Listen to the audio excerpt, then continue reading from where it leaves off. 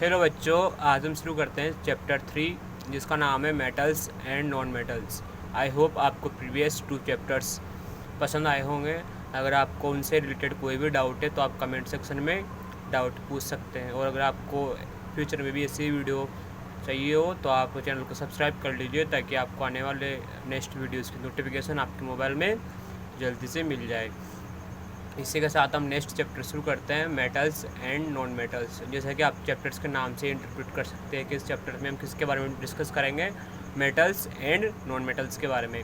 तो on the basis of various properties of element the periodic table classify element into metals, non metals and metalloids. आपने periodic table का नाम सुना होगा। Periodic table ये होती है एक टेबुलर, इस तरीके से स्ट्रक्चर होता है इसमें, टेबुलर फॉर्म।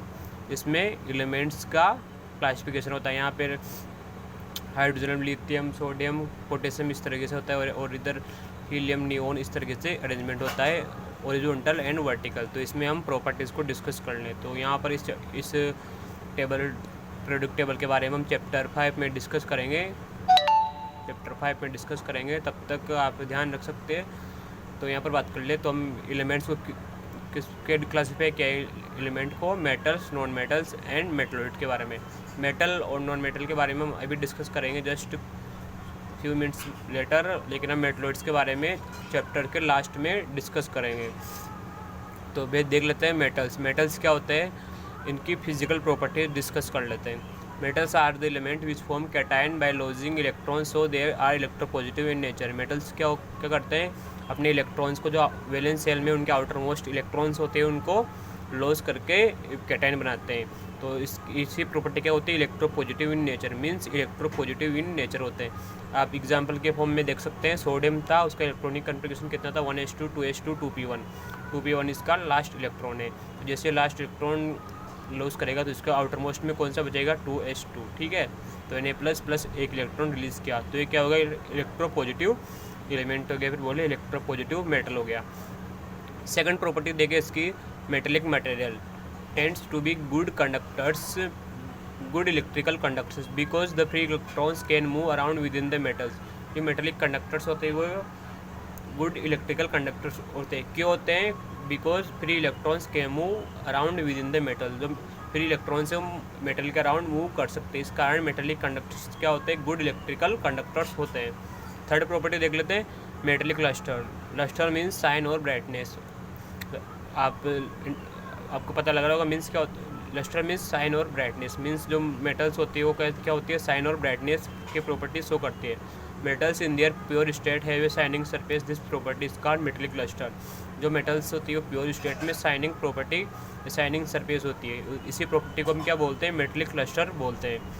इसके बाद देख लेते हैं fourth property, hardness. Metals are generally hard and their hardness very metal to metals. जो मेटल्स क्या होती है वो हार्ड होती है नेचर में, और जो उनके हार्डनेस है वो मेटल टू मेटल वरी करती है। कुछ मेटल एक्सट्रीमली वेरी हार्ड होती है, और कुछ लो हार्ड होती है, और कुछ मॉडरेट होती है। इसके बाद देखते हैं fifth property, malleability. Malleability means क्या होता है, malleability means metals can be beaten to form thin sheets. Malleability means किसी भी मेटल्स को हम बीट करके उसको थिन शीट्स में कन्वर्ट कर सकते हैं। Gold and silver are the most malleability metals. जो गोल्ड एंड सिल्वर है वो मोस्ट मेलेबिलिटी मेटल्स होते हैं। इसके बाद नेक्स्ट प्रॉपर्टी देखते हैं, डक्टिलिटी। डक्टिलिटी मीन्स और an element has the ability to drawn into wires, thin wires. Ductility means metals को हम क्या कर सकते हैं, थिन वायर्स में ड्रॉन कर सकते हैं। Gold is the most ductile metals. Most ductile metals कौन सी है, गोल्ड है। और हमने मेलेबिलिटी मेटल्स कौन सी है, मोस्ट मेलेबल मेटल है गोल्ड एंड सिल्वर। तो ये आप ध्यान रख सकते हैं, एग्जाम में इनसे क्वेश्चन पूछा जा सकता है। एनसीईआरटी में एक लाइन दी हुई है, a wire of about 2 kilometre length can be drawn from 1 gram of gold. कितनी सरप्राइजिंग बात है कि हम 1 ग्राम गोल्ड से 2 किलोमीटर लंबा वायर बना सकते हैं। देख लीजिए आप, ये होती है डक्टिलिटी की प्रॉपर्टी। इसके बाद सेवंथ प्रॉपर्टी है sonority. Sonority means property ability to produce sound. तो metals are generally sonorous, that is produce a sound when strike with a hard object. किसी भी मेटल को जब हम किसी भी हार्ड ऑब्जेक्ट से स्ट्राइक करते हैं तो उसमें साउंड प्रोड्यूस होता है। इसी प्रॉपर्टी को क्या बोलते हैं, सोनोरिटी। तो मेटल्स में यह सोनोरिटी की प्रॉपर्टी पाई जाती है। नेक्स्ट प्रॉपर्टी देखते हैं, electrical conductivity. Almost all metals are good conductors of electricity, however they differ in their conducting power. जो सब लगभग जनरली सभी मेटल्स क्या होते हैं, गुड कंडक्टर्स ऑफ इलेक्ट्रिसिटी होते हैं, लेकिन उनमें जो कंडक्टिंग पावर होती है वो सब में डिफरेंट होती है। कुछ metals high conducting power show करते हैं, कुछ लो कंडक्टिंग पावर शो करते हैं। The electrical conductivity of metal is due to electrons which are charge carrier. जो चार्ज कैरियर इलेक्ट्रॉन्स होती है उनकी वजह से जो मेटल्स होते हैं वो कंडक्टिविटी शो करते हैं। The conductivity power of metal decrease with rise in temperature. तो आप देख सकते हैं जैसे हम टेम्परेचर बढ़ाएंगे तो मेटल की कंडक्टिविटी है वो डिक्रीज हो जाएगी, और जैसे हम टेम्परेचर कम करेंगे तो जो कंडक्टिविटी है वो इंक्रीज हो जाएगी। Silver is the best conductor of electricity than copper. आप देख सकते हैं silver is the best conductor है इलेक्ट्रिसिटी का। इसके बाद कौन आता है, copper. Copper is the best conductor of heat, और कॉपर ही हीट का बेस्ट कंडक्टर है। तो अगर आप से इस क्वेश्चन पूछा जाए कि why we are not made electrical wire of silver instead of copper, आपने देखा होगा कि हमारे आसपास जितने भी इलेक्ट्रिकल वायर होते हैं वो जनरली कॉपर के बनाए जाते हैं, जबकि कॉपर से बेस्ट कंडक्टर कौन है, सिल्वर है। तो हम सिल्वर का क्यों नहीं बनाते, तो इसका इजी सा आंसर होगा क्योंकि सिल्वर बहुत कॉस्टली मेटल है, उसके चोरी होने की पॉसिबिलिटी बहुत ज़्यादा है, इस वजह से हम सिल्वर का यूज़ नहीं करते। सिल्वर की जगह हम कॉपर का यूज़ करते हैं इलेक्ट्रिकल वायर बनाने के लिए। इसके बाद देख लेते हैं, एक क्वेश्चन है, छोटा सा क्वेश्चन है, can you name some metals that are used for making cooking vessels and why these metals use. आप देख सकते हैं कि कुकिंग वेसल्स में हम कौन से मेटल्स यूज़ करेंगे, तो आप सोचिए कि कुकिंग वेसल्स में कौन सी मेटल यूज़ करेंगे। तो जनरल सी बात है कि जो कुकिंग वेसल्स है उनकी जो मेटल्स है वो गुड कंडक्टर ऑफ हीट होनी चाहिए। तो generally copper and aluminium metals are used for cooking vessels, they are very good conductors of heat. तो जो metals good conductors of heat होती है उन्हीं का हम कुकिंग वेसल्स के फॉर्म में यूज़ करते हैं, जो कि है कॉपर एंड एल्यूमिनियम के वेसल्स यूज़ करते हैं। नेक्स्ट क्वेश्चन है, why electric wires coated with PVC. PVC की फॉर्म होती है पॉली विनाइल क्लोराइड। मैं यहाँ पे फुल फॉर्म लिख देता हूँ, पॉली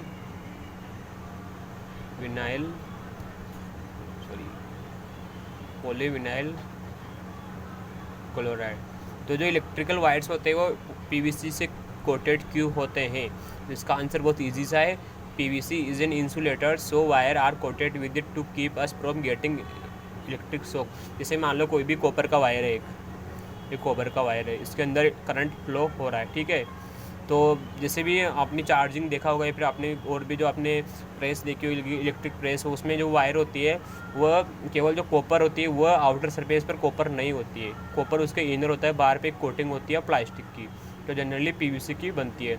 तो कोटिंग क्यों की जाती है, कोटिंग क्यों की जाती है, हमें उस जो इलेक्ट्रिकल वायर है सपोज कॉपर का, उससे हमें इलेक्ट्रिक शॉक ना लगे, इसलिए यहाँ पर कोटिंग की जाती है किसकी, पीवीसी की। तो ये इसका इजी सा आंसर हो गया कि इलेक्ट्रिक वायर्स को हम पीवीसी की कोटेड क्यों करते हैं, क्योंकि हमें इलेक्ट्रिक शॉक से बचाने के लिए, क्योंकि जो पीवीसी होता है वो बेड कंडक्टर्स ऑफ हीट होता है, बेड कंडक्टर ऑफ इलेक्ट्रिसिटी होता है। नेक्स्ट क्वेश्चन है, which metal can be easily cut into knife. कौन सी मेटल को हम नाइफ की हेल्प से इजीली कट कर सकते हैं, तो इसका आंसर है सोडियम, जिसका सिंबल क्या है, Na। नेक्स्ट क्वेश्चन है, which metal is a liquid at room temperature. जो सभी जनरल जो मेटल्स होती है वो सॉलिड होती है eight room temperature, but mercury only ऐसी मेटल है जो रूम टेम्परेचर पे भी लिक्विड फॉर्म में पाई जाती है। तो इसका क्या आंसर हो गया, मर्करी, जिसका सिंबल क्या होता है, Ag। हम अब तक हमने मेटल्स की फिजिकल प्रॉपर्टीज़ के बारे में डिस्कस कर लिया, अब जो नॉन मेटल्स है उनके फिजिकल प्रॉपर्टीज़ के बारे में डिस्कस कर लेते हैं। कुछ प्रॉपर्टीज़ नॉन मेटल्स की जस्ट मेटल के अपोजिट है, देख लेते हैं कौन कौन सी प्रॉपर्टीज़ हैं जो नॉन मेटल्स शो करते हैं। फर्स्ट प्रॉपर्टी देख लेते हैं, non metals are brittle. Non metals are generally brittle in nature and hence can not be beaten into sheets और ड्रॉन इनटू वायर्स।